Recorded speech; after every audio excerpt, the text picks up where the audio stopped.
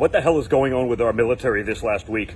It's been politicized like we've never seen before, but look at this guy. They're literally attacking American civilians. You saw the whole Tucker Carlson thing, and I'll do more on that later last week, where you have active duty military personnel clapping back at him for calling out some of the woke BS that they've been pushing.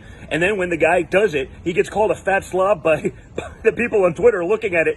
He starts taking, the thirst selfie of him in the gym to show how tough he really is. I mean, this is the Department of Defense. These are active duty people using government accounts to clap back at civilians. But then worse, this week we saw the Guam National Guard get paraded through the halls of Congress to Marjorie Taylor Greene's office, a sitting U.S. Congresswoman from the state of Georgia, because she mistakenly called Guam a foreign land instead of a U.S. territory, which it's been since like the mid-90s, okay? So she made a mistake. Their rep, Michael San Nicolas, marches Guam National Guard members in uniform through the halls of Congress to her office. Okay? To show her, to teach her so she learns, right? I mean, think about this. Since when is it okay to use active duty military personnel to intimidate American civilians, let alone a sitting member of Congress? It's not. It's not, and it's absolutely disgusting.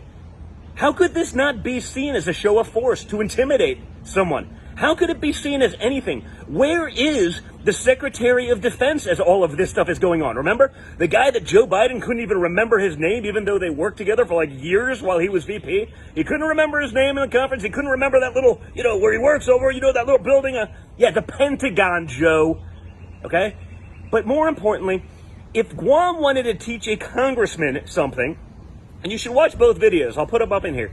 You should watch both videos. But if Guam wanted to teach a sitting congressman something, maybe they should focus on Hank Johnson, who, as you will see in this video, thinks that a military buildup on the island of Guam in congressional testimony, out loud he's saying these things, he thought that a military buildup on the island of Guam could cause the island to tip over, to capsize, because he's so stupid, he thinks an island is like a boat.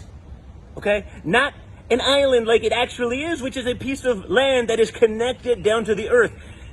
Hank Johnson, U.S. Congressman, thought that the island of Guam, that is 209 approximately square miles, would tip over if you put some military personnel on one side of the island, but not another. He said this in congressional testimony. Okay? I give props to the general in this one who was listening to this line of questioning and didn't just say, "Sir, you are a moron." Okay? The general kept his cool, was watching. But watch this video. 7 miles between one shore and the other. Is that correct? I don't have the exact dimensions, but to your point, sir, I think Guam is a small island. Very small island, and about 24 miles, if I recall, long. So 24 miles long, about 7 miles wide at the least widest place on the island, and about 12 miles wide on the widest part of the island. And I don't know how many square miles that is. Do you happen to know?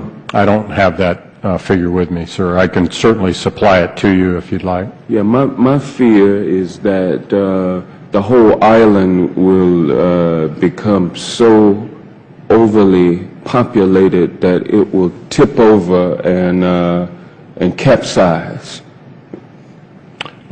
We don't anticipate that. So if Guam wanted to teach someone a lesson, maybe they should teach Hank Johnson a lesson about geology and how land works and what an island is, because this guy's making military decisions as well, and he doesn't even know that islands aren't boats.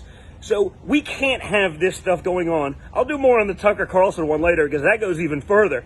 But we cannot allow the U.S. military and members of the armed forces in full fatigues to be used to intimidate civilians because they made a mistake and didn't know something. Or even a member of Congress, maybe who should have known better, but they didn't and they made a mistake. But you don't do this in America. The Secretary of Defense and everyone else better wake the hell up as well.